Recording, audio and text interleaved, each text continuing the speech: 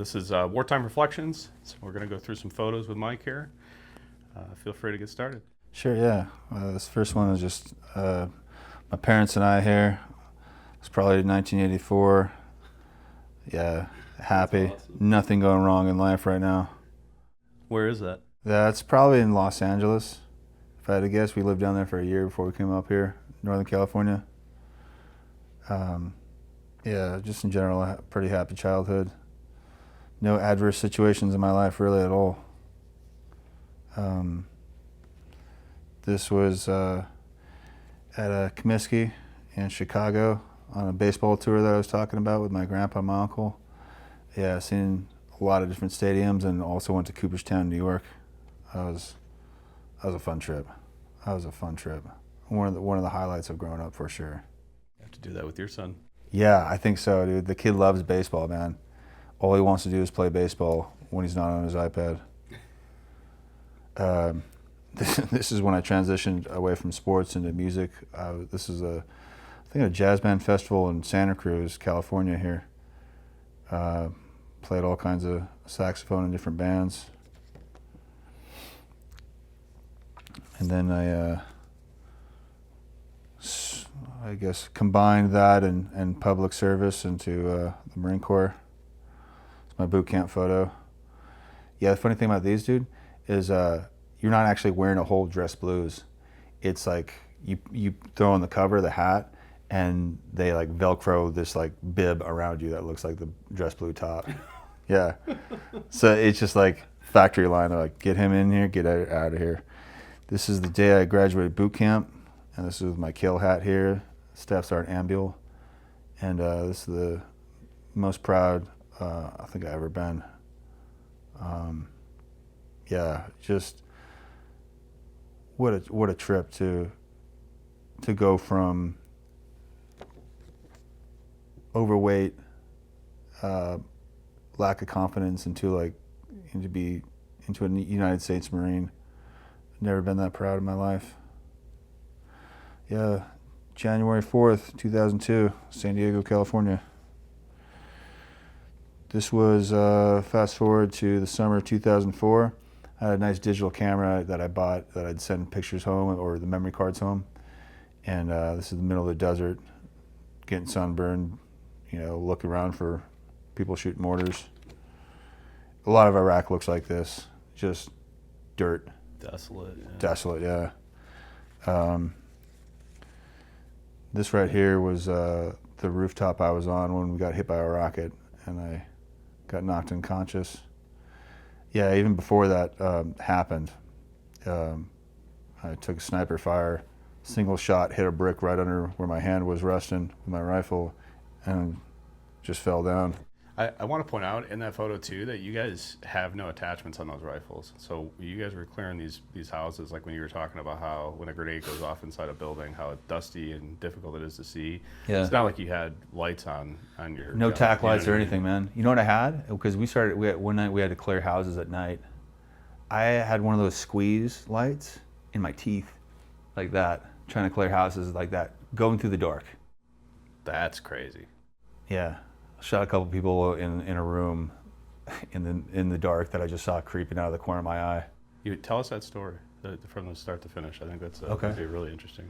Yeah, at night we got called to support our sister company Bravo, who was taking a lot of combat losses, a lot of guys dying on this certain block, and so we sat around there to support them and waiting, and finally they told us to clear these houses, and it was dark. And I'm one of the first guys in these houses, if not the first for one of them. And most of the memory is blurry, but what I do remember is going into a room and seeing a guy walk out of a closet, so I shot him a bunch of times. And then a guy behind a bed tried to scamper behind a bed, and I shot him a bunch more times. Just flashes in the dark. And just thinking like, it'd be sure nice if I had a flashlight to see in the dark, but here we are. Wow, that's Yeah, nuts. yeah. It's like, oh, see if I get through this one. Right. Yeah, Sketchy. as fuck. I love this photo here. This is my guys right here. Some of the guys I was with, Josh, Evan, Brandon, and Nate. Nate right here, he's the one who took shrapnel. It was his arm when I was sitting by him on that rooftop. That I would have got my face caved in by that rocket if I decided one more cigarette. But for whatever reason, that day I just decided not to chain smoke. And I love this photo right here too, a couple of these. This is the Amtrak that we rode into Fallujah with, and this is a bunch of guys from my platoon. My saw gunner, squad automatic weapon, Lee right there, giving the middle finger salute. Yeah, no, I was so proud of these guys. And this is one of my favorite photos in the middle of the desert. This is the middle of the desert again. I actually took a panoramic or like 360 view, and there's us, my truck that we were in, and the rest of it's just desert. Just nothing. Just desert, just pure misery. Who's that with you? That's my buddy Chris Rayburn, or Remy was his nickname, but he was my point man. He was the one we were pushing up against and figured it was the end of that one house. He's since gone on in life, and he switched over to the Army. He became 18 series Special Forces guy. Wow. So he kind of dropped off the map for a while. I just got in contact with him again. Really? Yeah. Wow. But you have to tell him to call us. Yeah, I will. That's a wild story. Yeah, he's a legit man. He's fucking legit, dude. He's a legit guy. Wow, that's crazy. I've heard of guys going the other way, from the Army to Marines, but that's interesting stuff. Why did you decide to do that? I wonder, instead of going like the MARSOC route, More opportunities with Army Special Forces. It's just bigger. MARSOC was just starting, and I don't know. I think, just more opportunity in the Army than there was in the Marine Corps. That's really cool. How long did he stay in? Did he just get out, or is he still? I don't know. Yeah, it's a mystery. I'm sure there's like a redacted part of his life he can't talk about. Yeah, right. That's awesome. Hope you can see it all right. Purple Heart, I got awarded on Veterans Day this past year.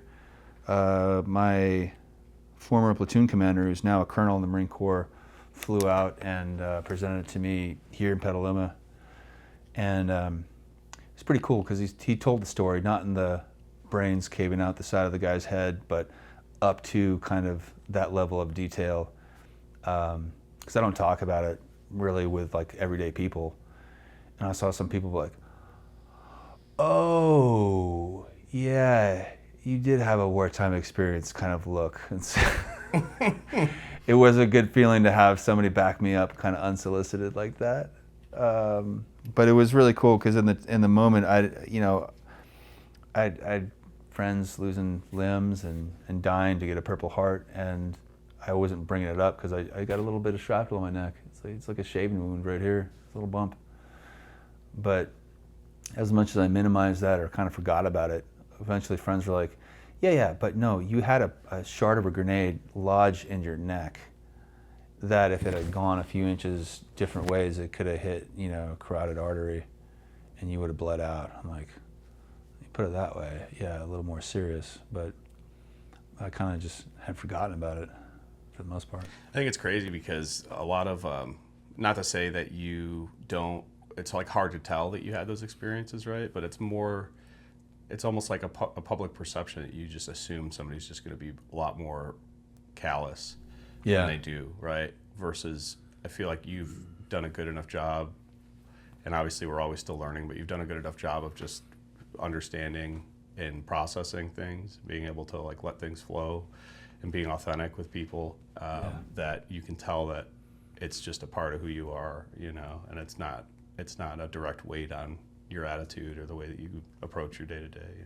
Right. It hasn't completely shaped my identity. Because other parts of my identity are I'm an athlete, I'm a father, I'm a husband, I'm a provider at work. So those things come out, and I was so lucky to have this neighbor who brought me to a vet center to start talking to someone, or a wife who said no more of this, drugs and alcohol, or community support.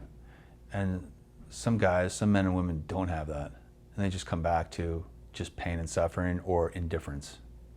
And so another thing I'll never lose gratitude for is all those people who supported me to get to this level of readjustment that I have right now.